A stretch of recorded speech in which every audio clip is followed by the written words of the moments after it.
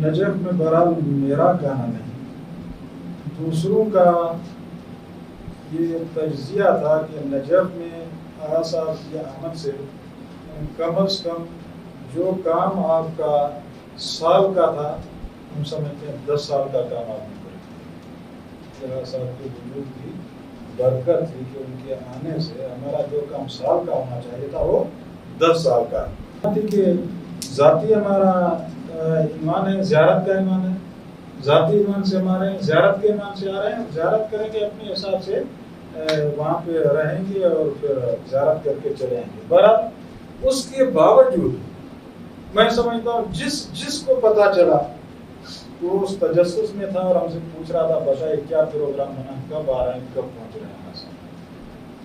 تو بہرحال وہ ایک گھڑی تھی جس میں خالق کائنات کا لطف تھا کہ وہ نجف اشرف میں پہنچ گئے۔ پہنچنے کے بعد استقبال جو آپ نے دیکھا، بہرحال یہ جو عرض کر رہا ہوں کہ نہیں ہونے کی بات ہے، نہ ہوتے ہوئے برادران بہرحال نکل آئے۔ بہرحال آگے آیا، پھر آغا صاحب کے ساتھ بیٹھے۔ پہلی جو ہماری ملاقات تھی سماجی شیخ آیت اللہ رضمہ اور مرجع کبیر آیت اللہ رضمہ شیخ بشیر سے تو مجھے نہیں معلوم آپ برادران بزرگان کے سامنے ہوگا کہ خود طلباء کی کئی سال پہلے کوشش کی کہ خدا کرے کہ ایک مرتبہ علامہ سید صاحب کی مفتی کا جلسہ میں آئے، اور انہوں نے ہر چیز پہلے بندوبست کی تھی۔ پھر آپ جانتے ہیں کہ سیاست میں ہمارے نہیں جو مہارت قائد محترم کو ہے دعویٰ سے قدم کسی کو مسئلہ ہوتی ہے۔ بہرحال اس وقت نہیں آ سکے اور پھر بہرحال مرجوع کی دعائیں تو شامل حال تھیں، لیکن آئے پھر آغا صاحب کے نظر مقدس میں گئے۔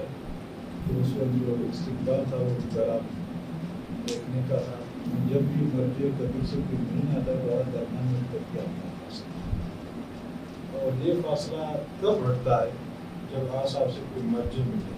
مثلاً آغا صاحب کو خیال تھا کہ یہ چیز اٹھا جب یہاں آیت اللہ رضمہ سے سعید الحکیم صاحب کے طور پہ پھر یہ چیزیں اٹھنے وجہ فاصلہ رہتا ہے۔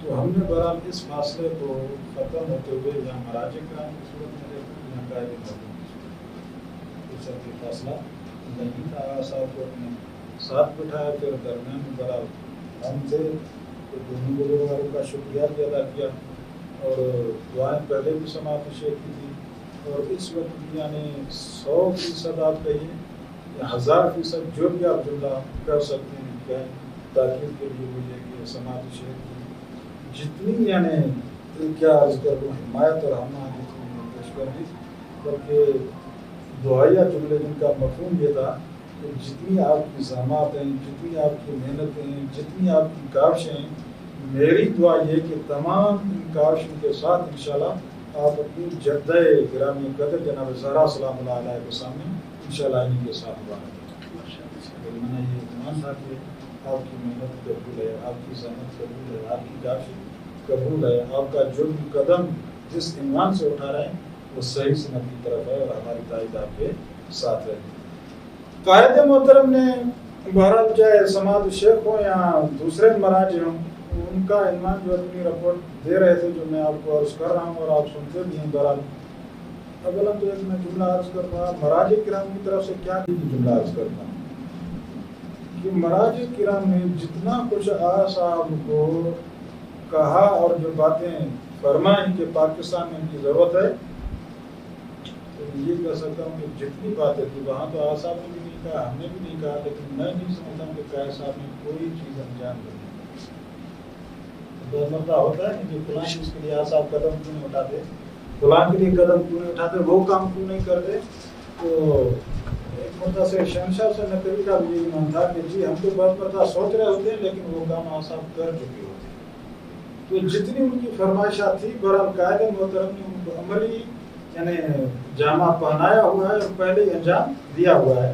اور اپنی رپورٹ میں بہرحال واقعی تعجب کی بات ہے کہ آپ جانتے ہیں چاہے ایران بھی ہو، اسلامی ملک ہے، اس کا ایک اپنا اثر ہے، پھر رہبر ہے، رہبر کا اپنا اثر ہے، مراجع ان کا اپنا اثر ہے، میں انکار نہیں کرتا ہوں۔ تو توحید اور وحدت پر زبردست یہاں پر پروگرام ہے۔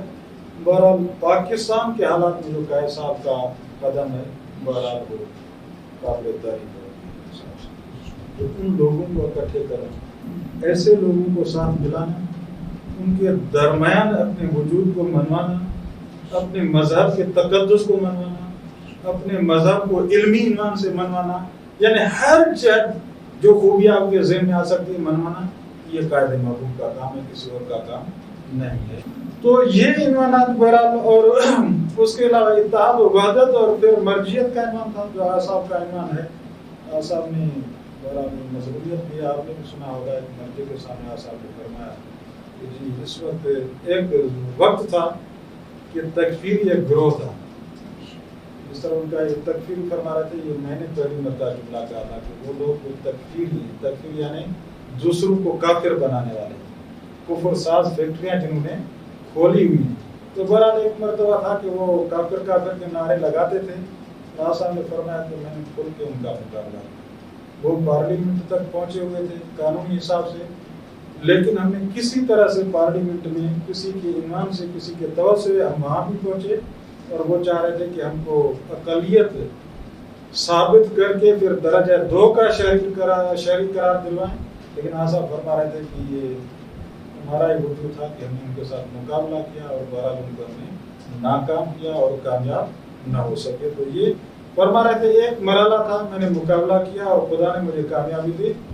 اب جو انہوں نے تعصب سے کہا کہ دوسرا مرحلہ ابھی جو نصیریت اور غالی کی شکل میں کہا ہوا یہ مسئلہ ہے، لیکن ابھی مقابلے میں کھڑا انشاءاللہ، پیچھے نہیں اور پیچھے نہیں ہٹوں گا۔ اور فرما رہے تھے کہ بہرحال آپ بھی جانتے ہیں کہ فرما رہے تھے کہ میں کچھ نصیحتیں کرتا ہوں لیکن لوگ سمجھ نہیں پاتے، سمجھنا ایک عنوان ہوتا ہے، وہ سمجھ نہیں پاتے، وہ سوچتے ہیں کہ شاید میں ان کی مخالفت کر رہا ہوں۔ اور فرما رہے تھے نتیجہ ایک جلسہ ان کا تھا کہ فقط انہوں نے ایشو مجھے بنایا ہوا تھا، اور بہرحال جو اچھے الفاظ استعمال نہیں کرنے چاہیے تھے تو بہرحال آسان ایک جگہ خدا فرمایا کہ انہوں نے ایسے الفاظ استعمال کیے۔ بہرحال مسکرا رہے تھے، یہ مشکل نہیں ہے، لیکن میدان میں کھڑے ہیں۔ فرما رہے تھے کہ انشاءاللہ وہ وقت بھی آئے گا کہ یہ بھی وقت کے ساتھ ساتھ ختم ہو جائیں گے۔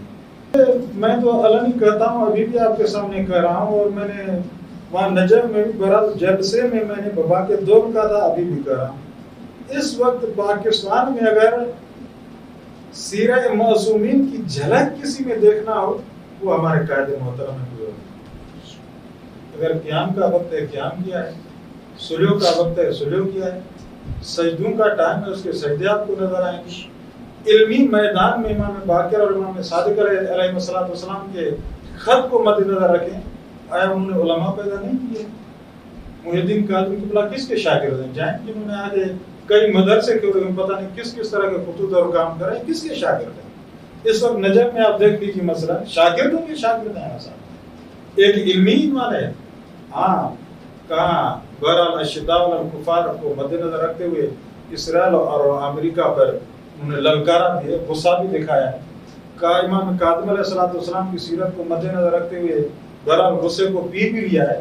میں سمجھتا ہوں جو سید میں تحمل ہے شاید کسی میں تحمل آ جائے۔ اسی طرح آپ جس معصوم کی سیرت کو لیں، قیام کا وقت ہے، سلو کا وقت ہے، دعا کا وقت ہے، تقویٰ کا ایمان ہے، جو بھی ایمانات ہیں منتظر ہم بھی ہیں، منتظر وہ بھی ہیں، منتظر ہم بھی ہیں، منتظر وہ بھی ہیں۔ بہرحال جتنے یہ پھر مسائل ہیں حل تو انشاءاللہ امام زمانہ جل اللہ فرج شریف کے حضور کے ساتھ ہی ہوگا۔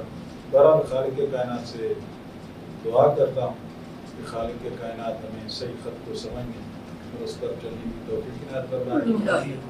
خالق کائنات قائد محبوب کی عمر دراز فرمائے اور ہمیں ان کا صحیح معنی میں بازو کرنے کی توفیق عنایت فرمائے۔ آخر میں ایک مرتبہ پھر تمام عزیزان کا شکریہ ادا کرتا ہوں، خصوصاً موسیٰ رضا صاحب کا شکریہ ادا کرتا ہوں، اور ایک مرتبہ پھر آخر میں بدیر کی مناسبت ہے یہ تبریک پیش کرتا ہوں۔ السلام علیکم ورحمۃ اللہ وبرکاتہ۔